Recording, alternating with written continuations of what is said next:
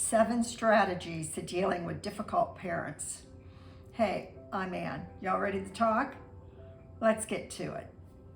Number 1, put your marriage first. In a perfect world, this would have been discussed in the beginning. I mean, let's think about it a minute. If your mother-in-law was a bitch before you put the wedding band on, what made you think she was going to change once you walked down the aisle? So the first thing you and your husband need to do, or wife, is sit down and discuss how you're going to deal with each other's parents. And you want to be on the same page. And that's important that you're on the same page because that protects your marriage. If your spouse is saying the same thing you're saying, you're unified. And if at all costs, regardless of what each other's parents do, it's you and your spouse against the world. You two need to be on the same page, and you two need to protect your relationship. Number 2, your spouse should talk to their parents, and you should talk to your parents. I mean, let's face it. You've known your parents your whole life. You know everything about them, and you know what buttons to push and what buttons you cannot push. And your spouse is the same way with their parents. If you confront or have a disagreement with your in-laws or outlaws, depending on your perspective, it's going to cause a confrontation that's going to make you look like the bad guy.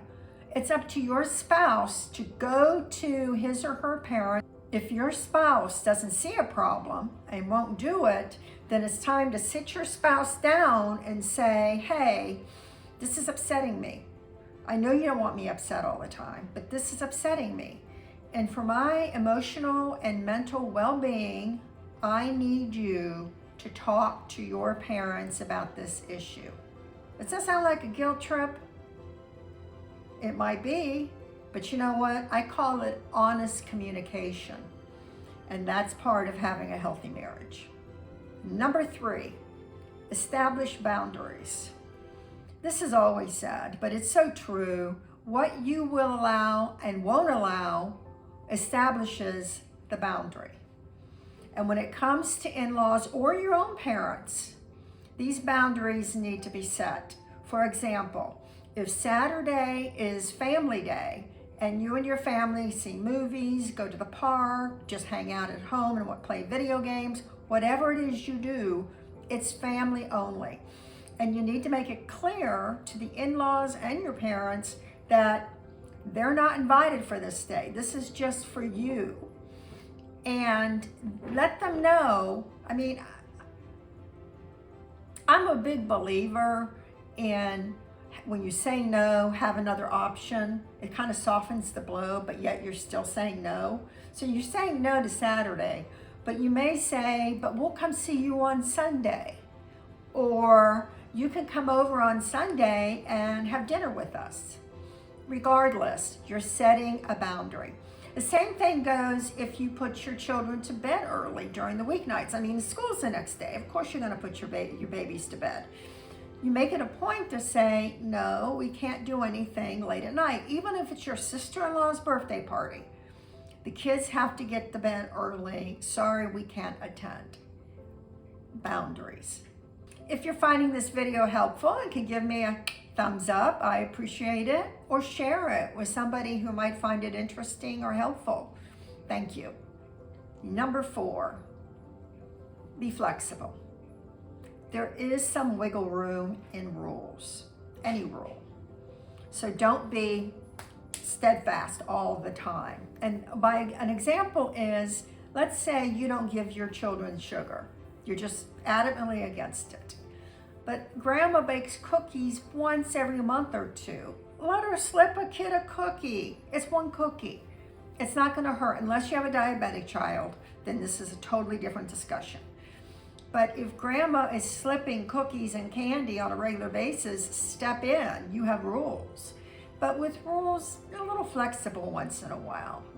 So that goes a long way with people. Number 5, be honest when judged.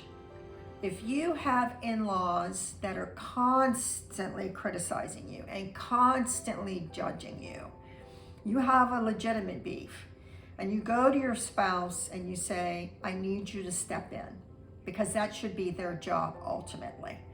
And your spouse should go to his parents or her parents and say, look, this is my spouse and I love them. And you criticizing them is unacceptable to me. Unacceptable. I will not allow it. And go on by saying, no one wants to be judged by another person's standards. And your standards are not our standards. So keep your comments to yourself. It's unwanted advice. If your spouse will not do this, you actually have a bigger problem than just your in-laws if your spouse isn't going to stay on the same page with you. But do it yourself. Don't be too confrontational. Just say, look, it upsets me when you criticize me, and I don't really appreciate it. If the criticism continues, then simply say, you have your opinion, I have my opinion. Let's agree to disagree and move on. And just say that. I'm going to move on now. That kind of stops it. And if it continues, just repeat it. Let's agree to disagree. They'll get tired of saying it.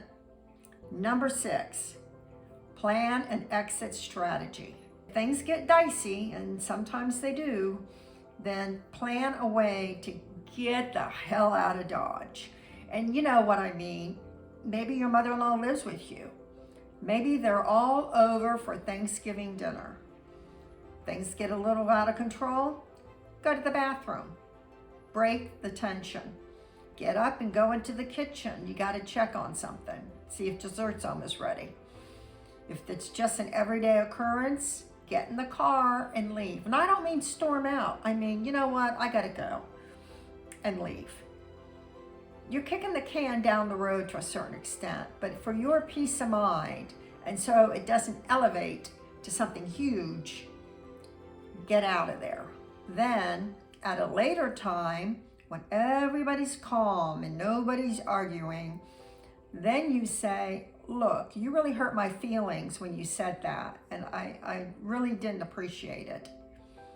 And 9 times out of 10, they're going to be like, oh, number 1, they're going to be surprised you brought it up. And number 2, no one wants to hurt anybody, unless you've got a vicious mother-in-law. No one really wants to hurt anybody. So that'll be a wake-up call to them. Have an exit strategy.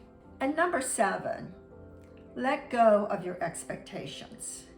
When you get married, especially when you have kids, you're thinking to yourself, well, the grandparents will help babysit once in a while, and they'll come over and do things. Or you might be thinking, I'm going to raise my children and I won't have any interference from anyone, and I know exactly what I want to do. Forget it. Not going to happen. People are people, and you cannot control them. Grandma and grandpa may not want to ever babysit for you. You might have a domineering mother-in-law who's trying to tell you everything you should do. Just get rid of your expectations. They're not going to come true. They're all going to be what they are, and you'll just need to adjust and put your foot down once in a while, or just realize you're going to have to call the babysitter. What are your strategies for dealing with difficult outlaws? Love to hear your comments. Until next time, thanks for the chat.